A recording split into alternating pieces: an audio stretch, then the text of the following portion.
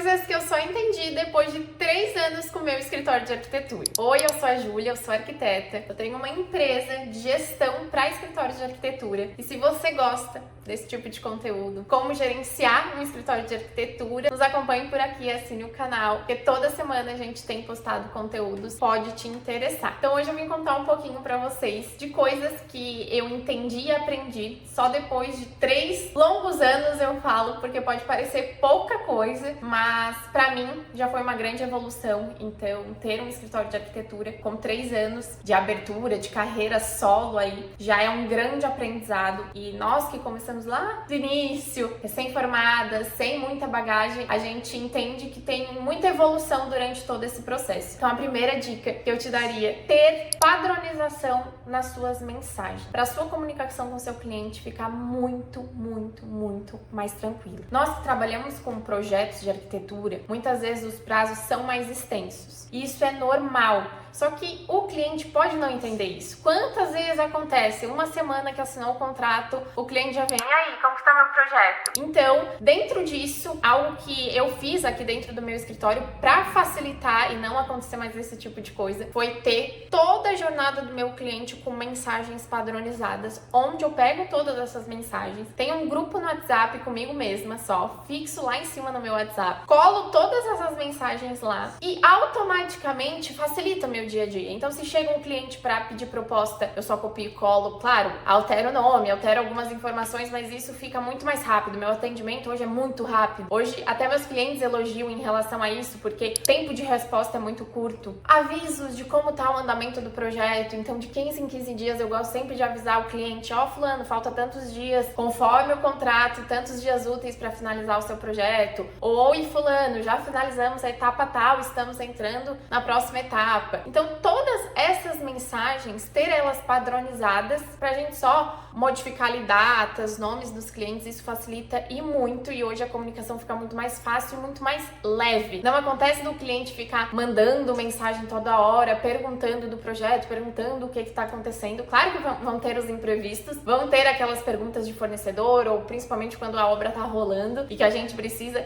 estar ali alinhada com o WhatsApp, mas a jornada do cliente, ter tudo isso mais padronizado, facilita na experiência do meu cliente, que eu quero entregar sempre a mesma experiência e não quero entregar para um muito, para outro pouco, e a comunicação fica muito mais efetiva. O segundo passo, que foi algo que eu demorei um pouquinho para entender, mas eu sei que é um processo, e muita gente sempre pergunta, qual é o momento de delegar, qual que é o momento de contratar, será que eu contrato, será que eu terceirizo tarefas? Então, a segunda dica que eu sempre dou é delegue, nem que seja para um estagiário, um colaborador que tu vai ter dentro do teu time, ou um terceirizado. A gente precisa entender que o nosso tempo é a hora mais cara do nosso escritório. Então, se a gente pode estar delegando algumas funções, teoricamente alguém com uma hora mais barata que a nossa pode fazer, a gente vai focar em outras coisas. Então é entender que a gente não precisa estar em cima de todas as tarefas, de todos os grupos, de todas as funções do nosso escritório. Então não se apegue aos detalhes. Às vezes a gente pensa que a gente precisa ser muito perfeccionista,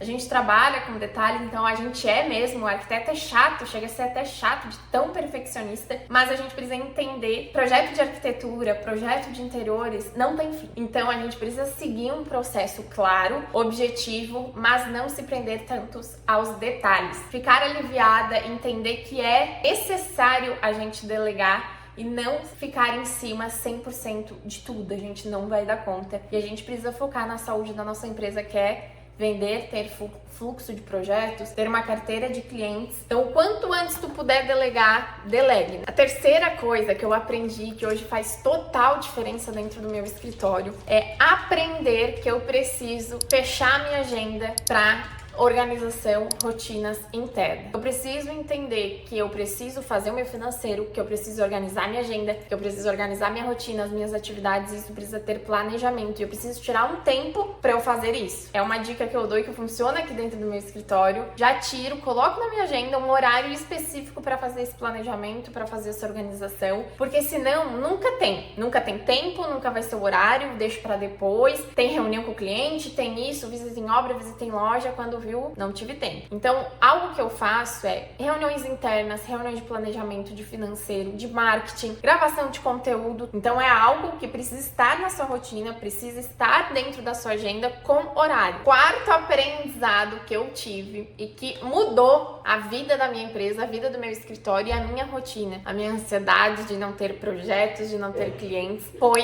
não ter mais vergonha de falar do meu trabalho e ser intencional em todos os lugares que eu frequento. Então, tu não precisa ir longe, tu não precisa estar em grandes lugares, em grandes eventos, em grandes grupos. Você pode começar falando do seu trabalho, na academia que você frequenta, na manicure que você vai, no salão de beleza onde você frequenta. Sempre vai ter uma mãe, um tio, um primo, alguém que tá precisando de algum tipo de projeto, então fale, não tenha vergonha. Então, fique atenta aos detalhes e seja intencional nos lugares que você frequenta. E, obviamente, aumentar o seu meio social, a sua rede de convívio. Eu sei que às vezes a gente fala que a gente não tá bem de socializar, às vezes tá cansada, só quer sair do trabalho para casa, mas às vezes é necessário. E não vai ser sentada aqui na cadeirinha do teu escritório que o cliente vai bater na tua porta. E se você souber de alguém que está precisando, não tenha vergonha de chamar essa pessoa também. Pode ser que esse teu amigo, que esse teu colega até te indique, mas pode ser que não. Então você precisa ir atrás. Então seja intencional e entenda também que ter um fluxo enorme de clientes não é garantia de sucesso. Vender sem estratégia também não adianta muito. Busque o seu cliente ideal, o seu perfil de cliente ideal, o público, o cliente que você quer atender, e quanto melhor esse cliente for, melhor esse processo, essa estratégia for, mais tranquila, mais saudável vai ser sua rotina, com certeza o seu fluxo de caixa também. E para finalizar, então, algo que eu entendi é que realmente o escritório ele só cresce quando a gente tem uma intenção e quando a gente tem uma estratégia. E você vai ver a diferença que vai dar dentro da sua empresa e dentro da sua rotina.